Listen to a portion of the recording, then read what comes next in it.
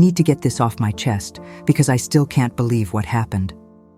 I spent years dedicating myself to my family's business, believing that when the time came, my effort would be recognized. Since I was a little girl, I lived and breathed that company.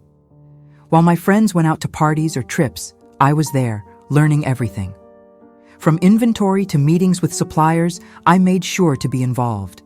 Not because I was forced, but because I loved it. I always thought it was my destiny to carry on the family's legacy, but I was naive. The big announcement came at a dinner. My parents gathered the whole family to announce who would take over the company. I figured it would be me because it made sense, right? I was the one who knew everything. The one who spent nights reviewing contracts, the one who put out fires when something went wrong. So when my dad said my younger brother would be the new CEO, I was so shocked I momentarily thought I misheard. But no, he really said my brother's name, the one who never showed interest, who always ran away from any responsibility, and who, if it were up to him, would be at some resort right now enjoying life. And you know what hurt the most? The reason. My mom even tried to explain it like it was logical. Women aren't good for business. I froze. Did my own father and mother really think that, just because I'm a woman, I wasn't capable? After everything I've done? I didn't cry right away. But after the dinner, I went home and broke down. Everything I worked for, all my effort, thrown away because of an outdated belief. But that night, through the tears, I made a decision. If my family didn't think I was capable of running a company, then I would build my own, from scratch. In the beginning, it was terrifying. I didn't have money, connections, or my family's name to back me up. All I had was what I had learned over the years and an uncontrollable drive to succeed. I started small, very small.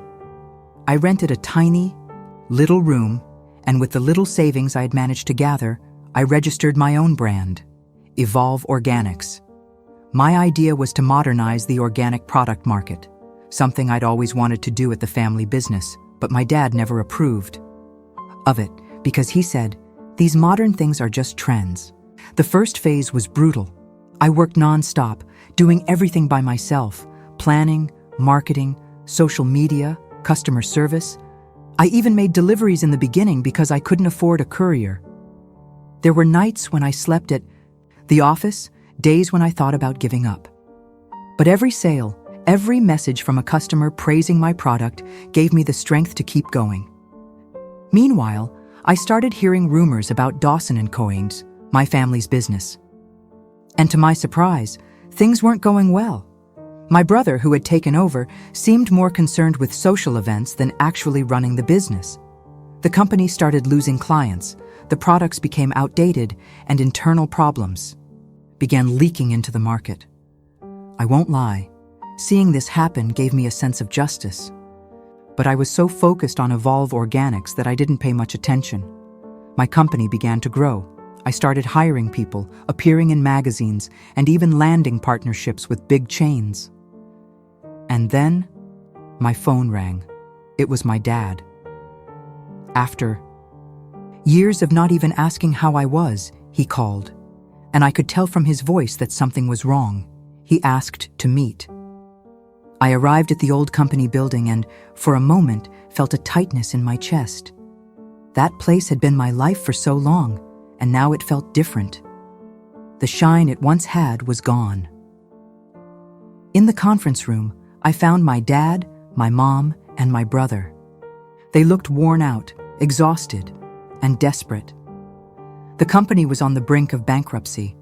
My brother's poor management had led to a series of wrong decisions, broken contracts, and irreversible losses. The company's name, once synonymous with quality, was now associated with scandals and incompetence. They needed an investor, someone to save what was left. And that someone was me.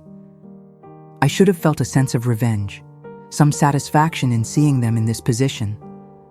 But to my own surprise, all I felt was indifference. I didn't need Dawson & Co. I had built something much bigger, something of my own, but they needed me. My mom tried to appeal to my emotions. She said that in the end, we were still family, that this was my grandparents' legacy and I should want to save it. My dad, always so proud, had to swallow his pride and admit that he had underestimated me. And my brother? He couldn't even look at me. I thought a lot about it that night. I could have just ignored it and let it all sink. But then I realized I didn't want to just watch from the sidelines. I wanted to do something far more impactful.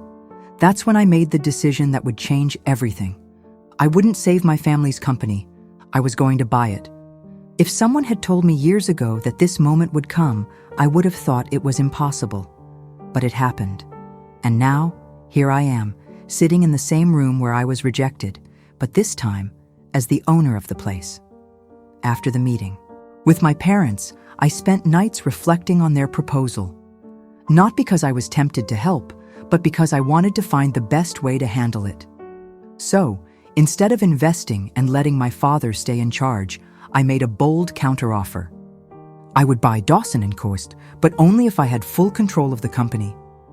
At first, my father resisted. His pride wouldn't let him accept that the daughter he had discarded now had the power to decide whether he'd keep his own legacy or not. But reality hit hard. There was no other option. When the paperwork was signed and the contract finalized, I didn't feel euphoria or revenge like I thought I would. I only felt a profound certainty that I had done the right thing. And my first decision as CEO? Fire my brother and my father.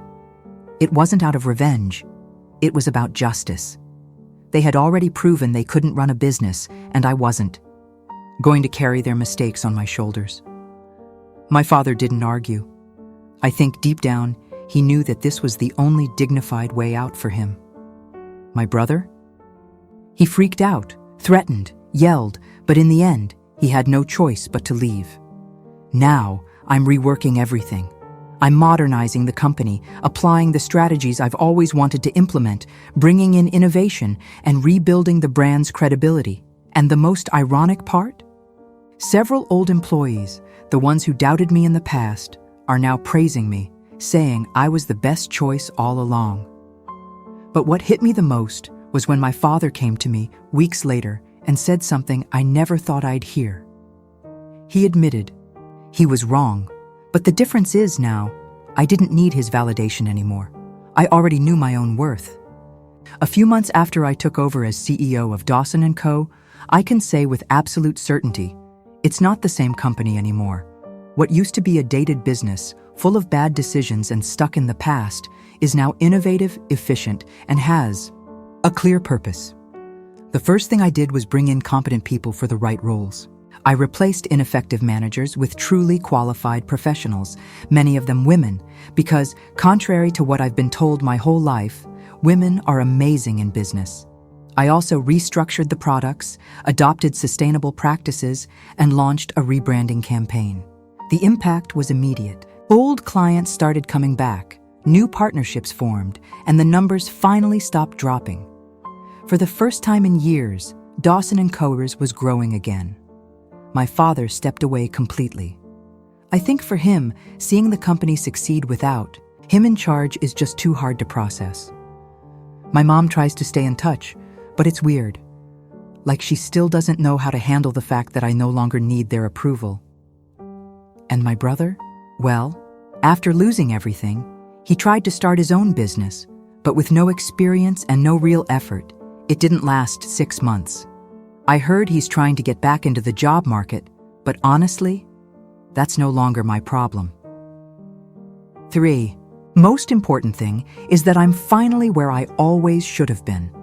But not because they gave me this position. I earned it. If there's one thing I've learned from all of this, it's that no one can decide your worth for you. If someone shuts a door in your face, you don't have to beg to get back in. You can build your own door. And that's exactly what I did.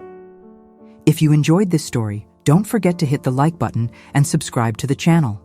It helps me keep bringing inspiring stories to you.